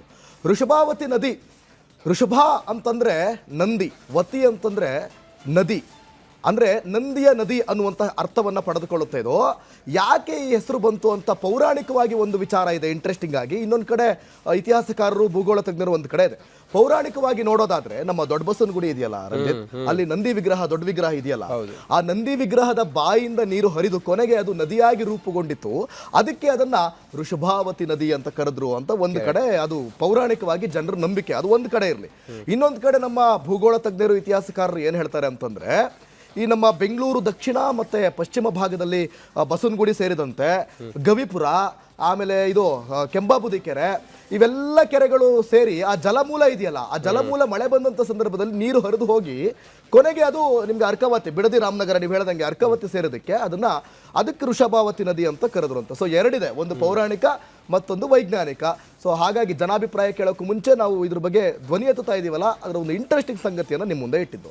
ರಿಪಬ್ಲಿಕ್ ಕನ್ನಡ ಧ್ಯೇಯವಾಕ್ಯ ನಿಮ್ಮ ಧ್ವನಿ, ಜನರ ಅಭಿಪ್ರಾಯಕ್ಕೆ ಒಂದು ಮುಕ್ತ ವೇದಿಕೆಯನ್ನು ನಾವು ಯಾವಾಗಲೂ ಕೂಡ ಒದಗಿಸಿಕೊಡ್ತಾ ಇದ್ದೀವಿ. ಅದರಂತೆ ನೀವು ಕೂಡ ನಿಮ್ಮ ಅಭಿಪ್ರಾಯವನ್ನು ತಿಳಿಸ್ಬೋದು. ವಿಷವಾದ ವೃಷಭಾವತಿ ಒಡಲು ಶುದ್ಧೀಕರಣ ಯಾವಾಗ? ಈ ಬಗ್ಗೆ ನಿಮ್ಮ ಅನಿಸಿಕೆಗಳನ್ನು ದೂರವಾಣಿ ಮುಖಾಂತರ ತಿಳಿಸ್ಬೋದು. ಎಕ್ಸ್ ಖಾತೆ ಲಿಂಕ್ ಇದೆ, ವಾಟ್ಸಾಪ್ ನಂಬರ್ ಇದೆ, ಈ ಮುಖಾಂತರ ನಿಮ್ಮ ಅಭಿಪ್ರಾಯ ತಿಳಿಸ್ಬೋದು. ಜೊತೆಗೆ ಆಲ್ ಲೈನ್ಸ್ ಓಪನ್, ಈ ಕೂಡಲೇ ಕರೆ ಮಾಡಿ ಮಾತನಾಡ್ಬೋದು. ಇನ್ನೊಂದು ನೆನಪಿಟ್ಟುಕೊಳ್ಳಿ, ರೈತರಿಗೆ ಕೊಡಲಾಗದ್ದು ಟೌನ್ಶಿಪ್ ಮಾಡಿದರೆ ಕೊಡಲು ಸಾಧ್ಯವೇ? ಅದು ಹೇಗೆ ಸಾಧ್ಯ ಅನ್ನೋದ್ರ ಬಗ್ಗೆನೂ ಕೂಡ ನೀವು ಮಾತನಾಡ್ಬೋದು. ಎಸ್, ಖಂಡಿತ. ನೋಡಿ, ವೃಷಭಾವತಿಯ ಒಡಲು ಹೇಗೆಲ್ಲ ಮಲಿನ ಆಗಿದೆ ಅನ್ನೋದನ್ನು ಕೇವಲ ನಾವು ನಿಮಗೆ ಅಲ್ಲಿನ ಯಾವುದೋ ದೃಶ್ಯವನ್ನು ತೋರಿಸಿ ಹೇಳ್ತಾ ಇಲ್ಲ. ರಿಪಬ್ಲಿಕ್ ಕನ್ನಡ ಅಲ್ಲಿಗೆ ಹೋಗಿ ಗ್ರೌಂಡ್ ರಿಯಾಲಿಟಿ ಏನು ಅನ್ನೋದನ್ನು ನಿಮಗೂ ತಿಳಿಸ್ತಾ ಇದೆ. ಅಲ್ಲಿನ ಸಂಪೂರ್ಣ ಮಾಹಿತಿಯೊಂದಿಗೆ ನಮ್ಮ ಪ್ರತಿನಿಧಿ ಒಂದು ಪ್ರತ್ಯಕ್ಷ ವರದಿಯನ್ನು ನೀಡಿದ್ದಾರೆ. ಬನ್ನಿ ನೋಡ್ಕೊಂಡು ಬರೋಣ. ಬೈರಮಂಗಲ ಅಂದರೆ ಮೊದಲಿಗೆ ನೆನಪಾಗ್ತಾ ಇದ್ದಿದೆ ವೃಷಭಾವತಿ ನದಿಗೆ ಅಡ್ಡಲಾಗಿ ಕಟ್ಟಿರುವಂತಹ ಕೆರೆ. ಈ ಒಂದು ಕೆರೆ 106 ಎಕರೆ ಪ್ರದೇಶದಲ್ಲಿರುವಂತಹ ಈ ಒಂದು ಕೆರೆಯಿಂದ ಸರಿಸುಮಾರು 20 ಹಳ್ಳಿಗಳ ಪ್ರದೇಶಕ್ಕೆ, ಅಂದರೆ ಹಳ್ಳಿ ಪ್ರದೇಶಕ್ಕೆ, ಹಳ್ಳಿ ಪ್ರದೇಶದ ರೈತರು ಈ ಭಾಗದ ಈ ಒಂದು ಕೆರೆಯ ನೀರನ್ನು ಬಳಕೆ ಮಾಡಿ 50 ವರ್ಷಗಳ ಹಿಂದೆ ಉತ್ತಮವಾಗಿರುವಂತಹ ಬೆಳೆಯನ್ನು, ಕೃಷಿ ಚಟುವಟಿಕೆಯನ್ನು ಮಾಡ್ತಾ ಇದ್ರು. ಬಟ್ ವರ್ಷಗಳು ಕಳೆದಂತೆ, ಬೆಂಗಳೂರು ಬೆಳೆದಂತೆ ಇದೀಗ ಎಲ್ಲವೂ ಕೂಡ ಬದಲಾಗಿದೆ. ವೃಷಭಾವತಿ ಕೆರೆಯ ಒಡಲು ಕೂಡ ಹಿಂದಿನಷ್ಟು ಪರಿಶುದ್ಧತೆಯಾಗಿಲ್ಲ, ಹಿಂದಿನಷ್ಟು ಪರಿಶುದ್ಧತೆ ಆಗಿಲ್ಲ ಅನ್ನೋದಕ್ಕಿಂತ ಕೆರೆಯ ಒಡಲೇನಿದೆ ಇದೀಗ ವಿಷವಾಗಿ ಬದಲಾಗ್ತಾ ಇದೆ. ನಿಮ್ಗೆ ಅದರ ದೃಶ್ಯವನ್ನು ಕೂಡ ತೋರಿಸ್ತಾ ಹೋಗ್ತೀನಿ. ಇದು ವೃಷಭಾವತಿ ನದಿಗೆ ಅಡ್ಡಲಾಗಿ ಕಟ್ಟಿರುವಂತಹ ವೃಷಭಾವತಿ ಕೆರೆ ಇದೆ. ನೋಡ್ತಾ ಇರ್ಬೋದು, ಒಂದು ಕಡೆ ಇಲ್ಲಿರುವಂತಹ ನೀರಿನ ಕಲರೇ ಯಾವ ರೀತಿಯಾಗಿದೆ ಅಂತ. ಸಂಪೂರ್ಣವಾಗಿ ಈ ಒಂದು ನೀರಿನ ಕಲೆನ ಕಪ್ಪು ಬಣ್ಣಕ್ಕೆ ತಿರುಗಿದೆ. ಜೊತೆಗೆ ಇಲ್ಲಿ ಹರಿತಾ ಇರೋದು ಇದು ಆಲ್ನೊರೆ ಅಲ್ಲ, ಇದು ವಿಷದ ನೊರೆ. ಯಾಕಂದರೆ ವರ್ಷದಿಂದ ವರ್ಷಕ್ಕೆ ಬೆಂಗಳೂರಿನ ಬಹುತೇಕ ತ್ಯಾಜ್ಯವನ್ನು ಈ ಒಂದು ಕೆರೆಗೆ ಬಿಡಲಾಗ್ತಾ ಇದೆ. ಜೊತೆಗೆ ಕೈಗಾರಿಕೆ ಬಳಕೆಯಾದ ನಂತರದ ನೀರನ್ನು ಕೂಡ ಇದೇ ಕೆರೆಗೆ ಬಿಟ್ಟು ಇದೀಗ ಅದನ್ನು ಮಲಿನಗೊಳಿಸುವಂತಹ ಒಂದು ಕೆಲಸ ಆಗಿದೆ. ಈ ಹಿಂದೆ ಇದೇ ನೀರನ್ನು ಉಪಯೋಗಿಸಲಿರುವಂತಹ ರೈತರೇನಿದೆ ಕಬ್ಬು ಬೆಳೆಯನ್ನು ಬೆಳೀತಾ ಇದ್ರು. ಬಟ್ ವರ್ಷಗಳು ಉರುಳಿದಂತೆ ಇದೀಗ ಸಂಪೂರ್ಣವಾಗಿ ಕೆರೆಯ ಒಡಲು ವಿಷವಾಗಿ ಬದಲಾಗ್ತಾ ಇದೆ. ಈ ಹಿಂದೆ ಅದೆಷ್ಟರ ಮಟ್ಟಿಗೆ ಪರಿಶುದ್ಧತೆ ಇತ್ತಂದರೆ ಇಲ್ಲಿ ಒಂದು ಕಾಯಿನ್ ಹಾಕಿದ್ರು ಕೂಡ ಅದು ಕಾಣಿಸುವಷ್ಟು ಪರಿಶುದ್ಧತೆ ಇತ್ತು, ಅಷ್ಟೊಂದು ಪರಿಶುದ್ಧತೆಯನ್ನು ಇಲ್ಲಿರುವಂತಹ ಈ ಒಂದು ಕೆರೆ ನೀರು ಹೊಂದಿತ್ತು. ಬಟ್ ಇದೀಗ ಕಂಪ್ಲೀಟ್ ಆಗಿ ಅದು ವಿಷವಾಗಿ ಬದಲಾಗ್ತಾ ಇದೆ. ನಿಮಗೆ ಕೆರೆಯ ಮತ್ತೊಂದು ಭಾಗದ ದೃಶ್ಯವನ್ನು ಕೂಡ ತೋರಿಸ್ತಾ ಹೋಗ್ತೀನಿ. ಈ ಒಂದು ಬೈರಮಂಗಲ ಕೆರೆ ಸರಿಸುಮಾರು 20 ಹಳ್ಳಿ ಪ್ರದೇಶಗಳ ರೈತರು ಇದೇ ಒಂದು ಕೆರೆಯ ನೀರನ್ನು ಅವಲಂಬಿಸಿ ಬೆಳೆಯನ್ನು ಬೆಳೀತಾ ಇದ್ರು. ಬಟ್ ಇದೀಗ ತದನಂತರದಲ್ಲಿ ಇದು ಯಾವಾಗ ಕಲುಷಿತ ಆಯಿತು ಆ ಒಂದು ಸಂದರ್ಭದಲ್ಲಿ ಈ ಭಾಗದ ರೈತರು ಹೋರಾಟವನ್ನು ಮಾಡಿದ್ರು. ಅವತ್ತು ಸರ್ಕಾರ ಇದನ್ನು ಸರಿಸುಮಾರು 100 ಕೋಟಿ ವೆಚ್ಚದಲ್ಲಿ ಇದನ್ನು ಪರಿಶುದ್ಧತೆ ಮಾಡುವಂತಹ ಒಂದು ಭರವಸೆಯನ್ನು ಕೊಟ್ಟಿದ್ರು. ಈ ಭಾಗದಲ್ಲಿ ರೈತರು ಒಂದು ಕೃಷಿ ಚಟುವಟಿಕೆ ಇದನ್ನು ಉಪಯೋಗ ಮಾಡ್ತಿಲ್ಲ ಅನ್ನೋದು ಒಂದು ಕಡೆ ಆದರೆ, ಮತ್ತೊಂದು ಕಡೆಯಲ್ಲಿ ದುರ್ನಾತ ಬೀರೋದ್ರಿಂದ ಅನಾರೋಗ್ಯ ಕೂಡ ಈಡಾಗ್ತಾ ಇದ್ದಾರೆ. ಇದರಿಂದ ಸಾಕಷ್ಟು ಸಮಸ್ಯೆ ಆಗ್ತಾ ಇದೆ. ಈ ಹಿಂದೆ ಕೃಷಿಗೆ ಆಧಾರವಾಗಿತ್ತು, ಅನೇಕ ತೊಡಕುಗಳಿಗೂ ಕೂಡ ಇದೀಗ ಇದೇ ಕೆರೆ ಕಾರಣ ಆಗ್ತಾ ಇದೆ. ಮತ್ತೊಂದು ಕಡೆಯಲ್ಲಿ ಈ ಒಂದು ಕೆರೆಯನ್ನು ನಂಬಿ ಕೃಷಿಯನ್ನು ಮಾಡ್ತಾ ಇದ್ದವರು ಕೂಡ ಇದೀಗ ಕೃಷಿ ಚಟುವಟಿಕೆನೇ ಬಿಟ್ಟಿರುವಂತಹ ಮಾಹಿತಿ ಕೂಡ ಸಿಗ್ತಾ ಇದೆ. ಯಾಕಂದರೆ ಹೈನುಗಾರಿಕೆ ಅವಲಂಬಿಸಿರುವಂತಹ ಕುಟುಂಬಗಳು ಈ ಭಾಗದಲ್ಲಿ ಹೆಚ್ಚಿದೆ, ಜೊತೆಗೆ ಕಬ್ಬು ಬೆಳೆಗಾರರು ಹೆಚ್ಚಿದ್ದಾರೆ. ಅವರೆಲ್ಲರೂ ಕೂಡ ಯಾವಾಗ ಇದು ಕಬ್ಬು ಬೆಳೆಯಲ್ಲಿ ಯಾವಾಗ ಈ ರೀತಿಯ ನೀರನ್ನು ಬಳಕೆ ಮಾಡಿ ಹಿಂದೆ ಕಬ್ಬು ಬೆಳೀತಾ ಇದ್ರು, ತದನಂತರದಲ್ಲಿ ಈ ಒಂದು ನೀರು ಕಲುಷಿತ ಆಗ್ತಾ ಇದ್ದಂಗೆ ಅವರು ಕಬ್ಬು ಬೆಳೆಯನ್ನು ಬೆಳೆಸುವುದನ್ನು ಕೂಡ ನಿಲ್ಲಿಸಿರುವಂತಹ ಮಾಹಿತಿ ಕೂಡ ಸಿಗ್ತಾ ಇದೆ. ಇನ್ನಾದರೂ ಕೂಡ ನೀರಾವರಿ ಸಚಿವಾಲಯ ಆಗಿರ್ಬೋದು ಅಥವಾ ಸಂಬಂಧಪಟ್ಟ ಅಧಿಕಾರಿಗಳು ಅಂದರೆ ಈ ಹಿಂದೆ ಜಲಮಂಡಳಿ ಕೂಡ ಇದನ್ನು ಶುದ್ಧೀಕರಣ ಮಾಡುವಂತಹ ಭರವಸೆಯನ್ನು ಕೊಟ್ಟಿತ್ತು. ಅದು ಕೇವಲ ಭರವಸೆಗೆ ಸೀಮಿತ ಆಗಿರೋದು ಇದೀಗ ರಿಪಬ್ಲಿಕ್ ಅನ್ನು ನಡೆಸಿದಂತಹ ಗ್ರೌಂಡ್ ರಿಪೋರ್ಟ್ನಲ್ಲಿ ಬಯಲಾಗಿದೆ. ಜೊತೆಗೆ ಈ ಭಾಗದ ರೈತರು ಕೂಡ ಈ ಒಂದು ಕೆರೆಯ ಪರಿಶುದ್ಧತೆಯನ್ನು ಮಾಡಬೇಕು ಅಂತ ಈಗಾಗಲೇ ಸರ್ಕಾರ ಕೂಡ ಸಾಲು ಮನವಿಯನ್ನು ಮಾಡಿದ್ದಾರೆ. ಇನ್ನಾದರೂ ಕೂಡ ಸರ್ಕಾರ ಎಚ್ಚೆತ್ತುಕೊಳ್ಳುತ್ತೆ ಅನ್ನೋದನ್ನು ಕಾದು ನೋಡಬೇಕಾಗಿದೆ. ಕ್ಯಾಮರಾ ಪರ್ಸನ್ ಮಂಜುನಾಥ್ ದೇವನಹಳ್ಳಿ ಜೊತೆ ಸತ್ತಾರ್, ರಿಪಬ್ಲಿಕ್ ಕನ್ನಡ, ಬೆಂಗಳೂರು. ನೀವು ಕರೆ ಮಾಡಿ ಮಾತಾಡ್ಬೋದು. ಹೇಮಂತ್ ಅನ್ನೋರು ಬೈರಮಂಗಲದಿಂದಲೇ ಈಗ ಕರೆ ಮಾಡಿದ್ದಾರೆ. ಹೇಮಂತ್ ಅವರ ನಮಸ್ಕಾರ. ನಮಸ್ಕಾರ ಸರ್. ಹೇಳಿ ಹೇಮಂತ್ ಅವರೇ, ನಮ್ಮ ಪ್ರಶ್ನೆ ಇರೋದು ಟೌನ್ಶಿಪ್ಗೆ ವೃಷಭಾವತಿ ನೀರನ್ನ ನೀವು ಶುದ್ಧೀಕರಣ ಮಾಡಿ ಕೊಡೋದಾದ್ರೆ ರೈತರಿಗೆ ಶುದ್ಧೀಕರಣ ಮಾಡಿ ಕೊಟ್ರೆ ಅವರು ಬೆಳೆ ಬೆಳಿತಾರೆ ಅನ್ನೋದು ಯಾಕೆ ಸಾಧ್ಯ ಇಲ್ಲ ಅನ್ನೋದು ನೀವೇನ್ ಹೇಳ್ತೀರಿ? ಸರ್ ನಾವ್ ಹೇಳ್ತೀವಿ ನೋಡಿ, ಇದು ಬಿಡ್ದಿ ಟೌನ್ಶಿಪ್ ಕಂಚಕಾರ್ನಹಳ್ಳಿ ಬೈರಮಂಗಲ ಯಾವ್ದಾಯ್ತಾ ಇದೆಯೋ ಅಲ್ಲಿ ವೃಷಭಾವತಿ ಯೂಸ್ ಮಾಡ್ತಾ ಇರೋ ಜನಸಂಖ್ಯೆ 5% ಅಷ್ಟೇ. ಯಾಕಂದ್ರೆ ನಮ್ ಕಡೆ ಅಂತರ್ಜಲ ಹೆಚ್ಚಾಗಿದೆ. ಫಸ್ಟ್ ಆಫ್ ಆಲ್ ಕೃಷಿಗೆ ಯೋಗ್ಯ ಅಲ್ಲ ಅಂತ ಇದೀರಲ್ಲ, ಇದು 5% ಮಾತ್ರ ನೀರು ಯೂಸ್ ಮಾಡ್ತಾ ಇರೋದು ಈ 2 ಗ್ರಾಮ ಪಂಚಾಯತಿಲಿ. ಸರಿ, ಇದ್ದದ್ದೆಲ್ಲ ಅಂತರ್ಜಲ ಯೂಸ್ ಮಾಡ್ಕೊಂಡೇ ಬೆಳಿತಾರೆ. ಯಾಕಂದ್ರೆ ನಾನು ಒಬ್ಬ ರೈತ, ನಮ್ದು ಬೋರ್ ಇದೆ, ನಾವು ರೇಷ್ಮೆ ಬೆಳಿತಾ ಇದೀವಿ, ನಮ್ ಪಕ್ಕದಲ್ಲೇ ಇದೆ, ಬಟ್ ನಾವ್ ಅದು ಯೂಸ್ ಮಾಡ್ತಾ ಇಲ್ಲ. ಅಂತರ್ಜಲ ಇರೋದ್ರಿಂದ ನಾವ್ ಆ ನೀರೇ ಯೂಸ್ ಮಾಡ್ತಾ ಇರೋದು. ಬಟ್ ಇದು ಯೂಸ್ ಆಯ್ತಾ ಇರೋದು ಬೈರಮಂಗಲ ಕಂಚಕಾರ್ನಹಳ್ಳಿ ಬಿಟ್ಟು ಆಚೆ ಹೋದ್ರೆ ಸರಿ ಆ ಭಾಗದಲ್ಲಿ ಒಂದು 20-25 ಕಿಲೋಮೀಟರ್ ಯೂಸ್ ಆಯ್ತಾ ಇದೆ ಈ ನೀರು. ಹಾಗಾದ್ರೆ ಭಾಗಕ್ಕೆ ಒಡೆಯುವುದು ನಮ್ದು ಅಂತರ್ಜಲ ಯೂಸ್ ಮಾಡ್ಕೊಂಡು ಬೆಳೀತಾ ಇರೋ ಬೆಳೆ ಹೆಂಗೆ ಇದಾಗುತ್ತೆ, ಹೆಂಗ್ ಲಿಂಕ್ ಕೊಟ್ರು ಅಂತ ಗೊತ್ತಿಲ್ಲ. ಹೇಮಂತ್ ಅವರೇ, ಹಾಗಾದ್ರೆ ಇದು ನೆಪ ಮಾತ್ರಕ್ಕೆ ವೃಷಭಾವತಿ ಮಲಿನ ಆಗಿದ್ದಾಳೆ, ಹಾಗಾಗಿ ಕೃಷಿಗೆ ಯೋಗ್ಯ ಇಲ್ಲ ಅಂತೇಳಿ ಹೇಳ್ತಾ ಇದ್ದಾರೆ. ಹೊರತಾಗಿ ನಮ್ ಕಡೆ ಅದು ಹೇಳ್ತಾ ಇರೋ 5% ಜನ ಯೂಸ್ ಮಾಡ್ತಾ ಇರೋದು ನಮ್ಮ 2 ಪಂಚಾಯತಿಲಿ. 95% ಜನ ಯೂಸ್ ಮಾಡ್ತಾ ಇರೋದು ಬಂದಿದೆ ಅಂತರ್ಜಲನೇ. Yes, thank you Hemanth. ಆಮೇಲೆ ಥ್ಯಾಂಕ್ ಯು. ನೋಡಿ, ಶಿವಮೊಗ್ಗದಿಂದ ಗಣೇಶ್ ಅನ್ನೋರು ಕರೆ ಮಾಡಿದ್ದಾರೆ. ಬೆಂಗಳೂರು ನದಿ ಬಗ್ಗೆ ಮಾತಾಡೋದಕ್ಕೆ ಶಿವಮೊಗ್ಗದಿಂದ ಕರೆ ಮಾಡಿದ್ದಾರೆ. ಗಣೇಶ್ ಅವರೇ ನಮಸ್ಕಾರ. ನಮಸ್ಕಾರ ಸರ್, ನಿಮ್ ಕಾರ್ಯಕ್ರಮ ನೋಡ್ತಾ ಇದ್ದೀನಿ, ಏನ್ ಪ್ರಾಬ್ಲಮ್ ಅನ್ನೋದನ್ನ. Yes sir. ಅದು ಬಹಳ ಖುಷಿ ಆಯ್ತು ನಿಮ್ ಚಾನಲ್ ನೋಡಿ. ಆದ್ರೆ ಈಗ ಇವು DK ಶಿವಕುಮಾರ್ ಸಿಕ್ಕಿದೆ 2 ವರ್ಷದ ಅವಕಾಶ. ಅದರಲ್ಲಿ ರೈತರು ವಿರೋಧ ಹಾಕೊಂಡು ಬೇಡದರ ಕೆಲಸಕ್ಕೆ ಅವ್ರು ತಲೆ ಕೆಡಿಸ್ಕೊತಾ ಇದಾರೆ ಅಂತ ನನ್ನ ಅಭಿಪ್ರಾಯ. ಬೇಡದರ ವಿಚಾರಕ್ಕೆ ತಲೆ ಕೆಡಿಸ್ಕೊತಿದ್ದಾರೆ ಅಂತ ಮಾಡೋದನ್ನ ಮಾಡ್ತಲ್ಲ. ಮಕ್ಕಳು ಎಜುಕೇಶನ್ ಕೊಡೋದಾಗ್ಲಿ, ಅವ್ರಿಗೆ ಫೀಸ್ ಕಮ್ಮಿ ಮಾಡೋದಾಗ್ಲಿ, ಯೂನಿಫಾರ್ಮ್ ಅದು ಬೇಗ ಗೊತ್ತಿಲ್ಲ. ರೈತರನ್ನ ವಿರೋಧ ಹಾಕೊಂಡು ನಾವೇನ್ ಸಾಧನೆ ಮಾಡಕ್ಕಾಗತ್ತೆ? ಅನ್ನದಾತರು ಅವರು, ಅವ್ರಿಗೆ ತೊಂದರೆ ಕೊಟ್ರೆ ನಮ್ಮ ಹೊಟ್ಟೆ ಒಳ್ಳೇದಾಗತ್ತಾ ಅಂತ ನಾನು ಕೇಳ್ತಾ ಇದ್ದೀನಿ. ಎಸ್, ಗಣೇಶ್ ಅವ್ರು ಕೇಳ್ತಾ ಇದ್ದಾರೆ, ಮಾಡೋ ಕೆಲಸ ಮಾಡೋದು ಬೇಕಾದಷ್ಟಿದೆ, ರೈತರು ಅಂದ್ರೆ ಅನ್ನದಾತರನ್ನ ಎದುರಾಕೊಂಡು ಬದುಕಕ್ಕಾಗುತ್ತೆ ಅಂತ ಗಣೇಶ್ ಅವರು ಕೇಳ್ತಾ ಇದ್ದಾರೆ. ಥ್ಯಾಂಕ್ ಯು ಗಣೇಶ್ ಅವರೇ, ರಿಪಬ್ಲಿಕ್ ಕನ್ನಡ ಜೊತೆ ಮಾತಾಡೋದಕ್ಕೆ. ನೋಡಿ, ಆ ಭಾಗದ ರೈತರೇ ಹೇಳ್ತಾ ಇದ್ದಾರೆ, ವೃಷಭಾವತಿ ನದಿಯ ನೀರನ್ನ ಬಳಸ್ಕೊಂಡು ಕೃಷಿ ಮಾಡೋರು 5% ಜನ ಅಂತ ಹೇಳಿ. ನಾವೆಲ್ಲ ಬೋರ್ ನೀರನ್ನ ಬಳಸ್ಕೊಂಡು ಕೃಷಿ ಮಾಡ್ತೀವಿ ಅಂತ ಹೇಳ್ತಾ ಇದ್ದಾರೆ. ಇದು ಯಾವ ಲಾಜಿಕ್ಕೋ ಗೊತ್ತಿಲ್ಲಪ್ಪ. ವೃಷಭಾವತಿ ಮಲಿನ ಆಗಿದೆ, ಹಾಗಾಗಿ ನಾವು ಟೌನ್ಶಿಪ್ಗೆ ಭೂಮಿಯನ್ನು ಕೊಡ್ತಾ ಇದ್ದೀವಿ. ಅಥವಾ ನನಗನ್ಸುತ್ತೆ DK ಶಿವಕುಮಾರ್ ಅವ್ರಿಗೆ ಯಾರಾದ್ರೂ ಫಾಲ್ಸ್ ಇನ್ಫಾರ್ಮೇಶನ್ ಕೊಡ್ತಾ ಇರ್ಬೋದಾ, ಅಲ್ಲಿ ಬರೀ 20% ಅಷ್ಟೇ ರೈತರು ಅಂತ, ಅಥವಾ ವೃಷಭಾವತಿ ನದಿಯಿಂದ ಜನ ಬಿಟ್ಕೊಡ್ತಾ ಇದಾರೆ ಅಂತ. ಈ ರೀತಿ ಯಾರೋ ಅವರಿಗೆ ಸರಿಯಾದ ಮಾಹಿತಿ ಕೊಡ್ತಾ ಇಲ್ಲ, ರಾಂಗ್ ಇನ್ಫಾರ್ಮೇಶನ್ ಕೊಡ್ತಾ ಇದ್ದಾರೆ. ಅದನ್ನ ನಂಬ್ಕೊಂಡು ಅವ್ರೇನೋ ಮಾಡೋದಕ್ಕೆ ಹೊರಟಿದ್ದಾರೇನೋ ಅಂತ ನನಗೆ ಅನಿಸ್ತಾ ಇದೆ. ನೋಡಿ, ಸಿದ್ದಪ್ಪ ಅಂತ ಕರೆ ಮಾಡಿದ್ದಾರೆ. ಸಿದ್ದಪ್ಪ ಅವರೇ ನಮಸ್ಕಾರ, ಎಲ್ಲಿಂದ ಕರೆ ಮಾಡಿದ್ದೀರಿ? ನನ್ನ ಧ್ವನಿ ಕೇಳಿಸ್ತಾ ಇದೆಯಾ? ಕೇಳಿಸ್ತಾ ಇದೆ ಸರ್, ಕೇಳಿಸ್ತಾ ಇದೆ. ಎಲ್ಲಿಂದ ಕರೆ ಮಾಡಿದಿರಿ? ನಮ್ದು ದಾವಣಗೆರೆ ಡಿಸ್ಟಿಕ್ ಜಿಲ್ಲಾ ಹರಿಹರ ತಾಲೂಕು ಇದೆ. ಹರಿಹರ ತಾಲೂಕಿಂದ ಮಾಡಿದಿರಿ ಸರ್. ನೋಡಿ, ನದಿಗಳ ಮಲಿನ, ರೈತರ ಗೋಳಾಟ, ಒಂದು ಕಡೆ ಸರ್ಕಾರದವರ ಈ ಒಂದು ಯೋಜನೆಗಳು, ಏನ್ ಹೇಳ್ತೀರಿ? ಇದಕ್ಕೆ ಏನ್ ಹೇಳ್ಬೇಕು ಅಂತ ಇವರೆಲ್ಲ ಇದೆಲ್ಲ ಮೋಸದ ಆಟ ಇದೆಲ್ಲ. ಇದೆಲ್ಲ ಮೋಸ ಅಲ್ಲ ಈ ಉತ್ತರ ಕರ್ನಾಟಕದಲ್ಲಿ ಇಲ್ಲಿ ಕೋಟಿ ಗಂಟಲೆ ಖರ್ಚು ಮಾಡ್ತಾರಲ್ಲ ದುಡ್ಡ, ಇದೇ ದುಡ್ಡನ್ನ ಉತ್ತರ ಕರ್ನಾಟಕದಲ್ಲಿ ಲಕ್ಷಕ್ಕೆ ಸಿಗ್ತಾವಲ್ಲ ಜಮೀನುಗಳು, ಅಲ್ಲಿ ಹೋಗಿ ಯಾಕೆ ಮಾಡ್ಬಾರ್ತಾ ಇವರು? ಕರೆಕ್ಟ್. ಹೌದಲ್ಲ ಈಗೆಲ್ಲ ಉತ್ತರ ಕರ್ನಾಟಕದಿಂದ ಇಲ್ಲೆಲ್ಲ ಬೆಂಗಳೂರಿಗೆ ಬರ್ತಾರಲ್ಸ, ಇಲ್ಲೆಲ್ಲ ಗುಳೆ ಬರ್ತಾರಲ್ಸ, ಅದನ್ನ ತಪ್ಪದು ಅಲ್ಲಿ. ಇದು ಡಿ.ಕೆ. ಶಿವಕುಮಾರ್ನ ಆಡಳಿತ ನಿಜವಲ್ಲ ನಮ್ಮ ಪ್ರಕಾರ ನೀಟ್ನೆಸ್ ಇಲ್ಲ ಇದು.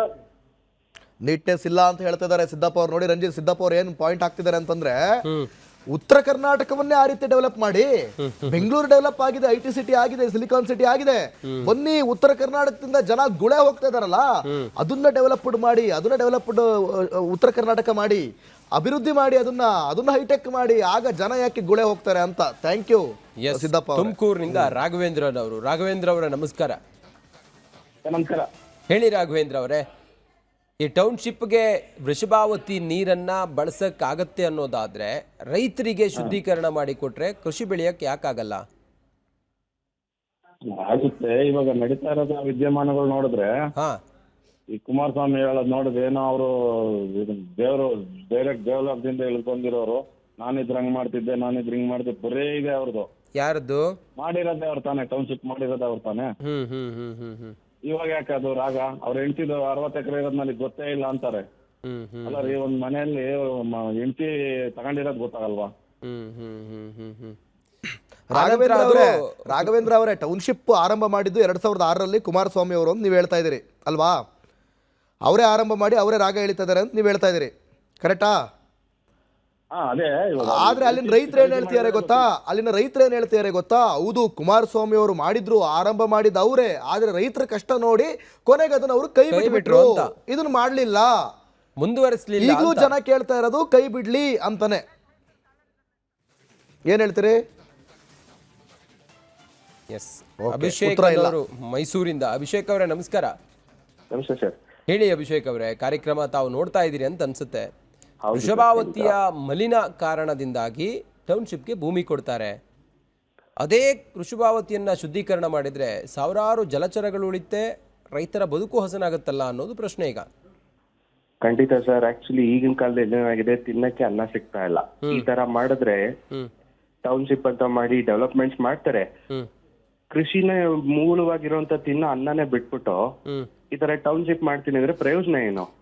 ಇದೇ ನೀರು ಕಲುಷಿತ ಮಾಡಿದಾರಲ್ಲ, ಅದನ್ನೇ ನೀರ್ ತಗೊಂಡೋಗಿ ಒಂದಿನ ಯೂಸ್ ಮಾಡ್ಲಿ ನಮ್ಮ ಮಾನ್ಯ ಮುಖ್ಯಮಂತ್ರಿಗಳು. ಆ ತರ ಇರೋದ್ರಿಂದ ಕ್ಲೀನ್ ಮಾಡಿ ಅದ್ರ ಬಗ್ಗೆ, ಆ ಒಂದ್ ಬೆಳವಣಿಗೆ ಬಗ್ಗೆ ನೋಡಿ, ಕೃಷಿ ಬಗ್ಗೆ ಒತ್ತು ಕೊಡ್ಬೇಕು. ಟೌನ್ಶಿಪ್ ಯಾರು ಕೇಳಿದ್ರು?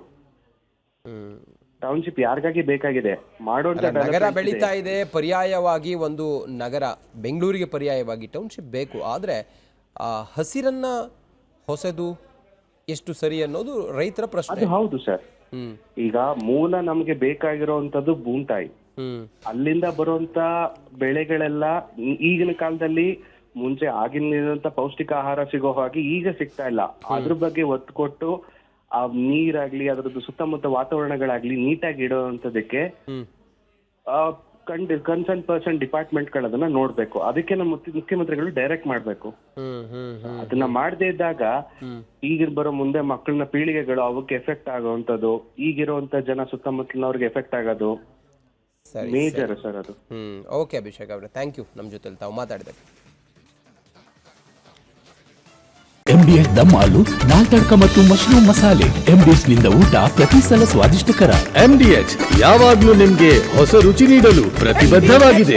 ವೀಕ್ಷಕರೇ, ವೃಷಭಾವತಿ ನದಿ ಬಗ್ಗೆ ನಾವು ಮಾತನಾಡ್ತಾ ಇದ್ವಿ. ಸೊ ದಯವಿಟ್ಟು ಆದಷ್ಟು ಬೇಗ ನದಿಗೆ ನೀವು ಆ ಮಲಿನ ಆಗಿರೋದನ್ನ ಅದನ್ನ ಸರಿ ಮಾಡಿ, ಅದನ್ನ ನೀವೊಂದು ಆ ಒಂದು ಯೋಜನೆ ಜಾರಿಗೆ ತರ್ತೀರಿ ಅಥವಾ ನಿರ್ಧಾರ ಮಾಡ್ತೀರಿ ಅನ್ನೋದಂತೂ ನನಗೆ ಗೊತ್ತಿಲ್ಲ. ಆದರೆ ಆದಷ್ಟು ಬೇಗ ಮಾಡಿ, ನಮ್ಮ ಕರ್ತವ್ಯ ನಾವು ಮಾಡಿದ್ದೀವಿ ರಿಪಬ್ಲಿಕ್ ಕನ್ನಡದಿಂದ. ಸೊ ಈಗ ನಿಮ್ಮ ಕೆಲಸ ನೀವು ಮಾಡಿ ಅಂತ ಹೇಳ್ತಾ ಮುಂದಿನ ಸ್ಟೋರಿಯತ್ತ ಗಮನ ಹರಿಸೋಣ. ನೋಡಿ ಏನಾಗ್ತಾ ಇದೆ ರಾಜ್ಯ ರಾಜಕೀಯದಲ್ಲಿ ಅಂತಂದರೆ, ಈ 2-3 ಬಾರಿ 4-5 ಬಾರಿ ಗೆದ್ದಿರುವಂಥ ಶಾಸಕರು ಸಚಿವ ಸ್ಥಾನ ಸಿಗದೇ ಇರೋರು ನಮಗೆ ಕೊಡಿ ಅಂತ ಆಗ್ರಹ. ಎಲ್ಲ ಅಭಿಮಾನಿಗಳು ಆಗ್ರಹ ಮಾಡ್ತಾ ಇದ್ದಾರೆ. ತುಮಕೂರಿನಿಂದ ಫ್ರೀಡಂ ಪಾರ್ಕ್ವರೆಗೆ ಪಾದಯಾತ್ರೆ. ಕಾರಣ ರೋಣ ಶಾಸಕ ಪಾಟೀಲ್ ಅವರಿಗೆ ಸಚಿವ ಸ್ಥಾನ ಕೊಡಿ ಅಂತೇಳಿ ಅವರ ಬೆಂಬಲಿಗರು ಪಾದಯಾತ್ರೆ ಮಾಡ್ತಾ ಇದ್ದಾರೆ. ಸ್ವಾಭಿಮಾನ ನಡಿಗೆ ಅಂತ ಈ ಶೀರ್ಷಿಕೆಯಡಿ ಪಾದಯಾತ್ರೆಯನ್ನು ಮಾಡ್ತಿದ್ದಾರೆ. ಶಾಸಕರ ಪುತ್ರ ಮಿಥುನ್ ಪಾಟೀಲ್ ಅವರ ನೇತೃತ್ವದಲ್ಲಿ ರ್ಯಾಲಿ ದೃಶ್ಯದಲ್ಲಿ ಗಮನಿಸ್ತಾ ಇದ್ದೀರಾ.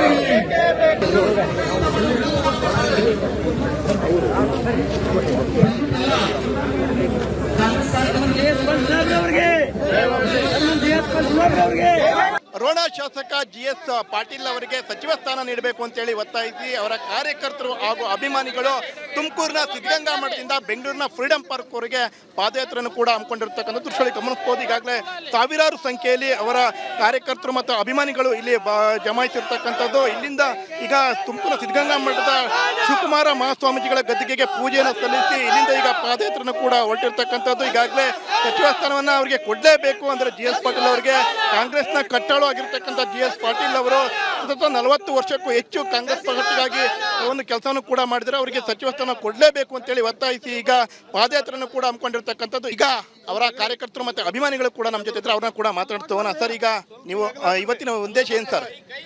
ನಮ್ಮದು ನಮ್ಮ ರೋಣ ಮತಕ್ಷೇತ್ರದ ಶಾಸಕರಾಗಿರ್ತಕ್ಕಂಥ ಹಿರಿಯ ಶಾಸಕರಾಗಿರ್ತಕ್ಕಂಥ ಸನ್ಮಾನ್ಯ GS ಪಾಟೀಲ್ ಸಾಹೇಬರು ಸುಮಾರು 8 ಚುನಾವಣೆಗಳನ್ನು ಮಾಡಿ 4 ಚುನಾವಣೆಗಳಲ್ಲಿ ಜಯಗಳಿಸಿ ಸುಮಾರು 45 ವರ್ಷದಿಂದ ಕಾಂಗ್ರೆಸ್ ಸೇವೆಯನ್ನು ಮಾಡಿ ಯಾವುದೇ ಒಂದು ಕಪ್ಪು ಚುಕ್ಕೆ ಇಲ್ಲದೇ ಪಾರದರ್ಶಕ ಆಡಳಿತವನ್ನು ನೀಡಿರತಕ್ಕಂಥ ಹಿರಿಯ ಜೀವಿಗಳು ಆಗಿರ್ತಕ್ಕಂಥ ಇವರಿಗೆ ಸುಮಾರು 2028ರಲ್ಲಿ ಮುಂಬರುವ 2.5 ವರ್ಷದ ನಂತರಕ್ಕೆ ಸಚಿವ ಸ್ಥಾನ ನೀಡ್ತೀವಿ ಅನ್ನುವಂಥ ಭರವಸೆಯನ್ನು ಕೊಟ್ಟಿದ್ದರು.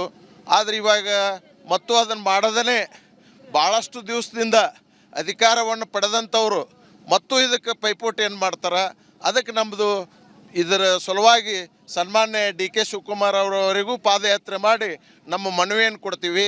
ಮಾಡದೇ ಹೋದಲ್ಲಿ ನಾವು ಪ್ರತಿಭಟನೆಯನ್ನು ಉಗ್ರವಾಗಿ ವಿಧಾನಸಭೆಯ ಮುಂದೆನೇ ನಾವು ಮಾಡ್ತೀವಿ ಅಂತ ಹೇಳಿದರೆ ತಪ್ಪಾಗೋದಿಲ್ಲ. ನಾವು ಯಾವುದೇ ಕಾರಣಕ್ಕೂ ಸುಮಾರು 4ರಿಂದ 5 ಸಾವಿರ ಜನ ಪಾದಯಾತ್ರೆಯಲ್ಲಿ ನಾವು ಬಂದಿದ್ದೇವೆ. ನಾವು ಇಲ್ಲಿಂದ ಪಾದಯಾತ್ರೆ ಮಾಡಿ DK ಶಿವಕುಮಾರ್ ಅವರ ಮನೆಯವರೆಗೂ ಹೋಗಿ ಖುದ್ದಾಗಿ ಅವರೇ ನಮ್ಮದು ಮನವಿಯನ್ನು ತಗೊಳ್ಳೋವರೆಗೂ ನಾವು ಪ್ರತಿಭಟನೆ ಮಾಡಿ ಆ ಮನವಿಗೆ ಸ್ಪಂದನೆ ಮಾಡದೆ ಹೋದಲ್ಲಿ ಮುಂದೆ ನಾವು ಉಗ್ರ ಪ್ರತಿಭಟನೆಯನ್ನು ಮಾಡ್ತೀವಿ ಅನ್ನೋದಕ್ಕೆ ಧಾರಾಳವಾಗಿ ಎಲ್ಲರ ಜೊತೆ ಹೊಂದಾಣಿಕೆಯಿಂದ ನಾವು ಈ ಮಾತನ್ನು ಹೇಳ್ತೀವಿ. ಈಗ ರೋಣ ಮತಕ್ಷೇತ್ರದಲ್ಲಿ 4 ಬಾರಿ ಅವನು ಗೆದ್ದು ಒಂದು ಹಿರಿಯ ಜೀವಿ ರಾಜಕಾರಣಿ ಆಗಿದ್ದಾರೆ. ನಮ್ಗೆ ಅವರು ಸಚಿವ ಸ್ಥಾನ ಕೊಡಲಿಂದ ನಾಳೆ ಪರಿಷತ್ನ 7 ಸ್ಥಾನಗಳಿಗೆ ನಡೆಯುವಂಥ ಚುನಾವಣೆ. ವಿಧಾನಸಭೆಯಿಂದ ವಿಧಾನ ಪರಿಷತ್ಗೆ ಆಯ್ಕೆ ನಾಳೆಗೆ. ಕಾಂಗ್ರೆಸ್ನಲ್ಲಿ ಸಂಖ್ಯಾಬಲದ ಆಧಾರದ ಮೇಲೆ 4 ಜನರನ್ನ ಪರಿಷತ್ಗೆ ಆಯ್ಕೆ ಮಾಡಲಿಕ್ಕೆ ಅವಕಾಶ ಇದೆ. BJPಗೆ 1, ಇನ್ನುಳಿದಂಥ ಓರ್ವ ಅಭ್ಯರ್ಥಿಗಾಗಿ ಈಗ ಪೈಪೋಟಿ. ಸುಮಾರು 8 ಜನ ಕಣದಲ್ಲಿದ್ದಾರೆ. ಹಾಗಾಗಿ ಈಗ ಚುನಾವಣೆ ಅಂತೂ ರಂಗೇರ್ತಾ ಇದೆ. JDS ನಾಯಕರಿಗೆ ಅಡ್ಡ ಮತದಾನದ ಆತಂಕ ಎದುರಾಗಿದೆ. ಶಾಸಕರನ್ನ ಹಿಡಿದಿಟ್ಟುಕೊಳ್ಳಲು JDS ಪ್ಲಾನ್ ಮಾಡಿದೆ. ಇವತ್ತು ಸಂಜೆ JDS ಶಾಸಕರು ರೆಸಾರ್ಟ್ಗೆ ಶಿಫ್ಟ್ ಆಗ್ತಾರೆ. ದೇವನಹಳ್ಳಿ ಹೊರವಲಯದಲ್ಲಿರುವ ರೆಸಾರ್ಟ್ನಲ್ಲಿ ಶಾಸಕರಿಗೆ ಮತದಾನದ ತರಬೇತಿ. ಇಂಥವರಿಗೆ ಹಾಕಬೇಕು, ಹೀಗೆ ಹಾಕಬೇಕು, ಎಲ್ಲೂ ಕೂಡ ಅಡ್ಡ ಮತದಾನ ಮಾಡಬಾರ್ದು ಮತ್ತು ಎಲ್ಲೂ ಅಸಿಂಧು ಆಗಬಾರ್ದು ಅನ್ನೋ ಕಾರಣಕ್ಕೋಸ್ಕರ ಅವರಿಗೆ ವಿಶೇಷವಾಗಿ ಅವರಿಗೆ ತರಬೇತಿಯನ್ನು ಕೂಡ ಕೊಡ್ತಾರೆ. ಆ ಮೂಲಕ JDS BJPಯಲ್ಲಿ ಉಳಿದಂತಹ ಮತಗಳು ಜೊತೆಗೆ JDSನ ಶಾಸಕರ ಮತಗಳು ಇದೆಲ್ಲವನ್ನು ಕೂಡ ಒಟ್ಟು ಸೇರಿಸಿದಾಗ 6 ಮತಗಳ ಕೊರತೆ ಆಗತ್ತೆ. ಆತ್ಮಸಾಕ್ಷಿ ಮತಗಳನ್ನು ಕೊಡಿ ಅಂಥೇಳಿ ಕೇಳ್ಕೊಂಡಿದ್ದಾರೆ ಗೋವಿಂದರಾಜು ಅವರು. JDSನ ಏನು ಅಭ್ಯರ್ಥಿಯಾಗಿರುವಂಥ ಗೋವಿಂದರಾಜು ಓರ್ವ ಅಭ್ಯರ್ಥಿ. ಈತ ಕಾಂಗ್ರೆಸ್ನಲ್ಲೂ ಕೂಡ ಲೆಕ್ಕಾಚಾರಗಳೆಲ್ಲ ನಡೀತಾ ಇದ್ದಾವೆ. ಕಾಂಗ್ರೆಸ್ ಶಾಸಕರನ್ನು ಕೂಡ ರೆಸಾರ್ಟ್ಗೆ ಶಿಫ್ಟ್ ಮಾಡಿದ್ದಾರೆ. ಕಾಂಗ್ರೆಸ್ 3 ಮತಗಳ ಕೊರತೆ ಆಗುತ್ತೆ, JDSಗೆ ಒಟ್ಟು 6 ಮತಗಳು. ಹೇಗೆ ಹೊಂದಿಸ್ತಾರೆ, ಹೇಗೆ ಇದು ಯಾರಿಗೆ ಗದ್ದುಗೆ ಯಾರಿಗೆ ಪರಿಷತ್ ಸ್ಥಾನ ಎಕ್ಸ್ಟ್ರಾ ಒಂದಿರೋದು ಕಾದು ನೋಡಬೇಕಾಗಿದೆ.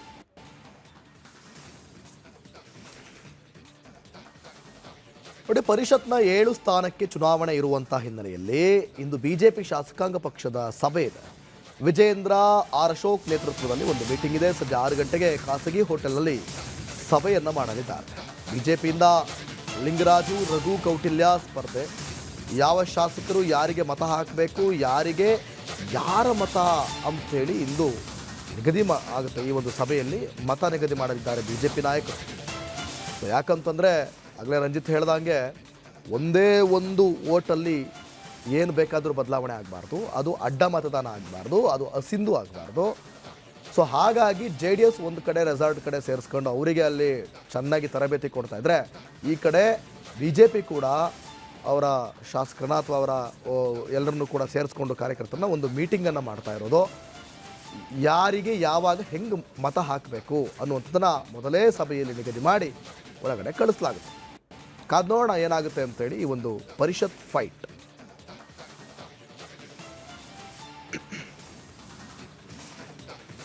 CM ಆದ ಬಳಿಕ ಬದಲಾದ DKC ಮ್ಯಾನರಿಸಂ. CLP ಸಭೆಯಲ್ಲಿ DKC ನಡೆ ಬಗ್ಗೆ ಶಾಸಕರೇ ಈಗ ಚರ್ಚೆ ಮಾಡ್ತಾ ಇದ್ದಾರೆ. CLP ಸಭೆಯಲ್ಲಿ ಗಂಭೀರವಾಗಿ DK ಶಿವಕುಮಾರ್ ಅವರು ಮಾತಾಡಿದ್ದಾರೆ. ಎಲ್ಲ ಶಾಸಕರನ್ನ ಮಾತನಾಡಿಸಿದ್ದಾರೆ CM DK ಶಿವಕುಮಾರ್ ಅವರು ಮುಖ್ಯಮಂತ್ರಿ ಆದಮೇಲೆ ಅವರ ನಡೆ ನುಡಿ ಎಲ್ಲ ಬದಲಾಗಿದೆ ಅಂತೇಳಿ ಹೇಳ್ತಾ ಇದ್ದಾರೆ ಶಾಸಕರು ಅದೇ ಚರ್ಚೆ ಮಾಡಿದ್ದಾರೆ. ಬದಲಾಗಿದ್ದಾರೆ DK ಶಿವಕುಮಾರ್ ಅವರು, ಅವರ ನಡೆ ನುಡಿ ಎಲ್ಲ ಬದಲಾಗಿದೆ, ಮೋರ್ ಮೆಚ್ಯೂರ್ ಆಗಿದ್ದಾರೆ. ಗಂಭೀರವಾಗಿ ಅವರು DK ಶಿವಕುಮಾರ್ ಅವರು ಶಾಸಕರ ಜೊತೆಗೆಲ್ಲ ಮಾತಾಡಿದ್ದಾರೆ. ಅವರ ನಡೆಯ ಬಗ್ಗೆ ಶಾಸಕರು ಚರ್ಚೆ ಮಾಡಿದ್ದಾರೆ. ಸಹಜವಾಗಿ ರಾಜ್ಯದ ಮುಖ್ಯಮಂತ್ರಿ ಅಂತ ಹೇಳಿದರೆ ಜವಾಬ್ದಾರಿ ಹೆಚ್ಚಿರುತ್ತೆ, ಅವರಿಗೆ ಜವಾಬ್ದಾರಿ ಜಾಸ್ತಿ ಇರುತ್ತೆ, ಜೊತೆಗೆ ಎಲ್ಲರನ್ನೂ ವಿಶ್ವಾಸಕ್ಕೆ ತೆಗೆದುಕೊಂಡು ಹೋಗಬೇಕಾದಂತಹ ಕರ್ತವ್ಯವೂ ಅವ್ರದ್ದಾಗಿರುತ್ತೆ. ಹೀಗಾಗಿ ಶಾಸಕರ ಜೊತೆಗೆ ಅವರ ನಡೆ ನುಡಿ ಒಂದು ಸ್ವಲ್ಪ ಬದಲಾಗಿದೆ ಅನ್ನೋದು ಶಾಸಕರ ಚರ್ಚೆ.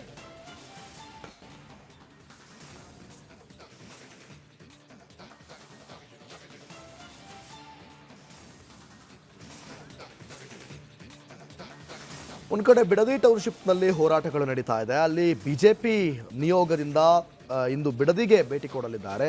ಬಿಡದಿ ಭೇಟಿಗೆ ವ್ಯಂಗ್ಯದ ಪೋಸ್ಟರ್ ಸ್ವಾಗತ ಮಾಡ್ತಾ ಇದೆ. BJP ಮತ್ತು JDS ನಾಯಕರಿಗೆ ವ್ಯಂಗ್ಯದ ಪೋಸ್ಟರ್ ಸ್ವಾಗತ. HD ಕುಮಾರಸ್ವಾಮಿ, ನಿಖಿಲ್, ಅನಿತಾ ಕುಮಾರಸ್ವಾಮಿ ವಿರುದ್ಧ ಪೋಸ್ಟರ್. ಬಿಡದಿಯ ವಿವಿಧ ಕಡೆಗಳಲ್ಲಿ ಪೋಸ್ಟರ್ ಅಂಟಿಸಿ ಅಲ್ಲಿನ ಜನ ಅಥವಾ ರೈತರು ವ್ಯಂಗ್ಯ ಆಡ್ತಿದ್ದಾರೆ. ಬಿಡದಿ ವ್ಯಾಪ್ತಿಯಲ್ಲಿ ಬದುಕಲು ನಮಗೆ 100 ಎಕರೆ ಮಾತ್ರ ಭೂಮಿ ಇದೆ, ಅದನ್ನು ನಮಗೆ ಬಿಟ್ಟುಕೊಡಿ ಅಂತ ಪೋಸ್ಟರ್ನಲ್ಲಿ ಬರೆದಿದ್ದಾರೆ. 2006ರಲ್ಲಿ ಕುಮಾರಸ್ವಾಮಿ ಅವರು ಇದನ್ನು ಆರಂಭ ಮಾಡಿದ್ದಕ್ಕೆ ಹೀಗೆಲ್ಲ ಆಯಿತು ಅಂತ ಅವರ ವಾದ.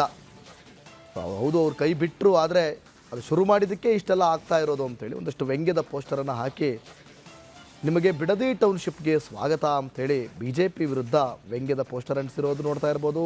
JDS ವಿರುದ್ಧ ವ್ಯಂಗ್ಯದ ಪೋಸ್ಟರನ್ನು ಅಂಟಿಸಿರೋದನ್ನು ಗಮನಿಸ್ತಾ ಇದ್ದೀರಿ, ದೃಶ್ಯದಲ್ಲೂ ಕೂಡ ಗಮನಿಸ್ತಾ ಇದ್ದೀರಿ.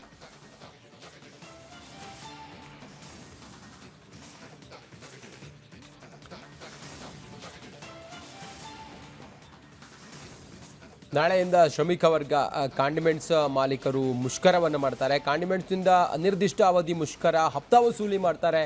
ಅಧಿಕಾರಿಗಳಿಂದ ಕಿರುಕುಳ ಕೊಡ್ತಾರೆ, ನಮಗೆ ಪುಡಿ ರೌಡಿಗಳಿಂದ ರಕ್ಷಣೆ ನಮಗೂ ಕೊಡಿ ಅಂತೇಳಿ ಮುಷ್ಕರಕ್ಕೆ ಕರೆ ಕೊಟ್ಟಿದ್ದಾರೆ.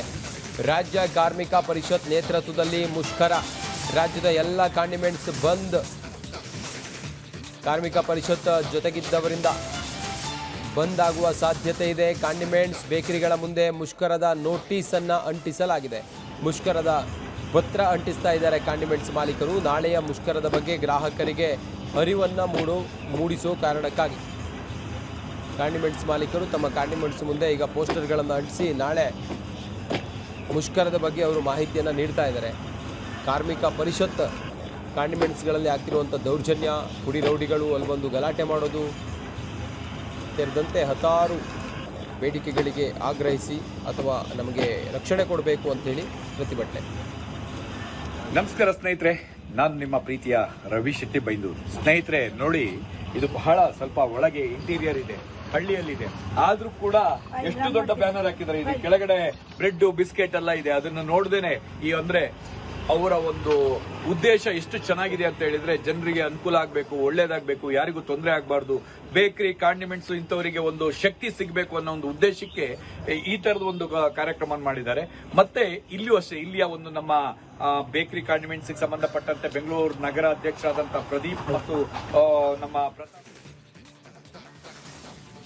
ವೀಕ್ಷಕರೇ, ಇವತ್ತು ನಾವು ವೃಷಭಾವತಿ ನದಿ ಮಲಿನ ಆಗಿರೋದ್ರ ಬಗ್ಗೆ ನಾವು ಇವತ್ತು ಅಭಿಯಾನವನ್ನು ಮಾಡಿದ್ವಿ. ನಾವು ಮತ್ತೆ ಹೇಳ್ತಿದ್ವಿ, ರಿಪಬ್ಲಿಕ್ ಕನ್ನಡ ಯಾವತ್ತೂ ಕೂಡ ಜನರ ಧ್ವನಿಯಾಗಿರುತ್ತೆ, ರೈತರ ಧ್ವನಿಯಾಗಿರುತ್ತೆ ಅಂತ ಹೇಳ್ತಾ ನಾಳೆ ಮತ್ತೊಂದು ವಿಶೇಷ ಸುದ್ದಿಯೊಂದಿಗೆ ಜನರ ಧ್ವನಿಯಾಗಿ ನಿಮ್ಮ ಮುಂದೆ ಬರ್ತೀವಿ. ಅಲ್ಲಿವರೆಗೂ ನೋಡ್ತಾ ಇರಿ ರಿಪಬ್ಲಿಕ್ ಕನ್ನಡ, ಇದು ನಿಮ್ಮ ಧ್ವನಿ.